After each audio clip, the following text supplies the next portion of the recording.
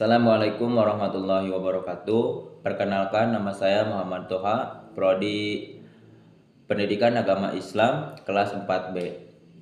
Nah, pada kesempatan kali ini saya diberikan tugas untuk tugas UAS untuk menyampaikan apa yang telah dipelajari di dalam model-model pembelajaran.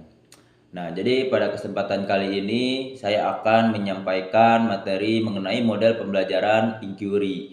Jadi yang merupakan salah satu model pembelajaran yang saya pelajari di dalam mata kuliah model pembelajaran. Jadi pada kesempatan kali ini saya akan membahas tentang pengertian model pembelajaran inquiry atau tujuan, karakteristik, prinsip, langkah-langkah, kelebihan dan kekurangan, serta contoh penerapannya dalam pembelajaran. Yang pertama, saya akan menjelaskan mengenai pengertian model pembelajaran inquiry. Nah, jadi secara sederhananya, inquiry itu dapat diberikan secara proses mencari, menyelidiki, dan menemukan. Jadi di dalam model pembelajaran inquiry itu merupakan model pembelajaran yang memberikan kesempatan kepada siswa untuk menemukan sendiri jawaban atau pengetahuan melalui suatu proses penyelidikannya. Jadi di dalam model ini siswa itu tidak hanya duduk untuk mendengarkan penjelasan dari guru. Jadi siswa itu dituntut untuk aktif dalam pembelajaran, misalnya dengan bertanya, mencari informasi, mengumpulkan data, berdiskusi, dan menganalisis masalah, sampai akhirnya membuat kesimpulan. Nah, sedangkan guru itu lebih berperan sebagai fasilitator dan pembimbing. Jadi guru itu memberikan permasalahan, memberikan arahan, dan membantu siswa ketika mengalami kesulitan. Nah, menurut saya hal yang paling penting itu dari model pembelajaran inquiry adalah bagaimana siswa itu mengalami sendiri prosesnya menemukan pengetahuan. Jadi bukan hanya menerima jawaban yang sudah diberikan oleh guru gitu.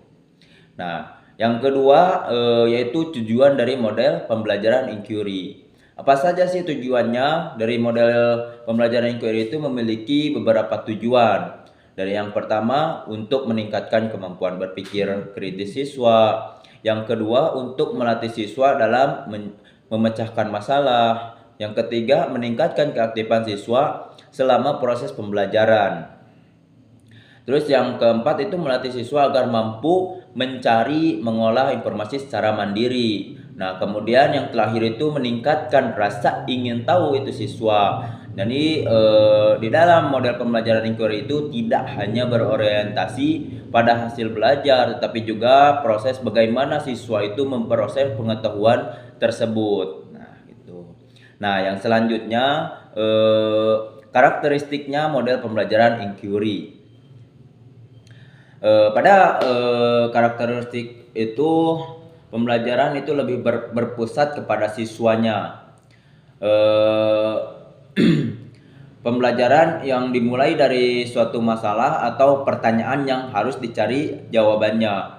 Siswa itu melakukan proses penyelidikan dengan cara mencari informasi dan mengumpulkan data. Siswa juga menggunakan kemampuan berpikir kritis untuk menganalisis informasi yang diperolehnya. Terus siswa itu membuat kesimpulan berdasarkan hasil penyelidikan yang telah dilakukannya. Jadi guru di dalam model inquiry itu tidak menjadi satu-satunya sumber informasi, tetapi berperan untuk membimbing siswa agar proses pembelajaran dapat berjalan dengan baik. Nah, gitu. Nah, yang selanjutnya saya akan menjelaskan langkah-langkah dalam model pembelajaran inquiry. Ada beberapa tahapan yang dapat dilakukan dalam langkah-langkah model pembelajaran inquiry. Yang pertama ada orientasi. Pada tahap ini guru itu mempersiapkan siswa dan memberikan gambaran mengenai permasalahan yang akan dibahas. Yang kedua itu merumuskan masalahnya. Jadi guru itu memberikan suatu masalah, kemudian siswa itu diarahkan untuk menentukan pertanyaan yang akan dicari jawabannya. Nah, yang selanjutnya itu merumuskan hipotesis ya. Jadi hipotesis itu merupakan jawaban sementara terhadap permasalahan yang telah dibuatnya.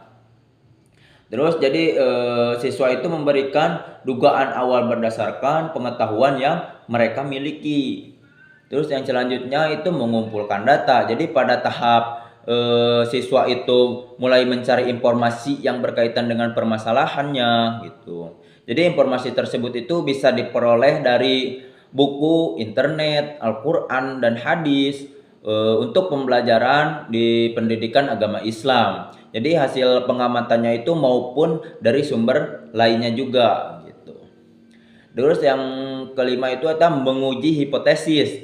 Apa itu menguji hipotesis itu? Jadi setelah data dikumpulkan, jadi siswa itu menganalisis data tersebut dan membandingkannya dengan dugaan yang awal yang sudah dibuatnya. Jadi siswa itu dapat mengetahui apakah hipotesis itu mereka benar atau perlu diperbaiki. Gitu. Tahap terakhir yaitu siswa itu membuat kesimpulan berdasarkan hasil penyelidikan data dan data yang telah dianalisis. Nah, guru juga kemudian itu memberikan penguatan terhadap kesimpulan yang dibuat oleh siswanya. Contoh penerapan inquiry dalam pembelajaran PAI. Jadi agar lebih mudah dipahami, yang saya akan memberikan contoh dalam penerapan model inquiry itu di dalam pembelajaran pendidikan agama Islam atau PAI, misalnya materinya itu akhlak terpuji, yaitu tentang kejujuran. Contohnya, ada seorang siswa yang menemukan uang di halaman sekolah. Tidak ada seorang pun yang mengetahui siapa pemilik uang tersebut. Nah, kemudian guru itu memberikan pertanyaan kepada siswa. Kayak gini, apa yang seharusnya dilakukan oleh siswa tersebut menurut ajaran Islam? Nah, dari pertanyaan tersebut, siswa itu mulai berdiskusi dan mencari informasi mengenai kejujuran dan amanah. Jadi siswa itu dapat mencari informasi dari buku PAI atau Al-Quran hadis atau sumber pembelajaran yang lainnya. Jadi siswa itu setelah mencari informasi yang sudah diperoleh, siswa menganalisisnya dan berdiskusi dengan teman sekelompoknya atau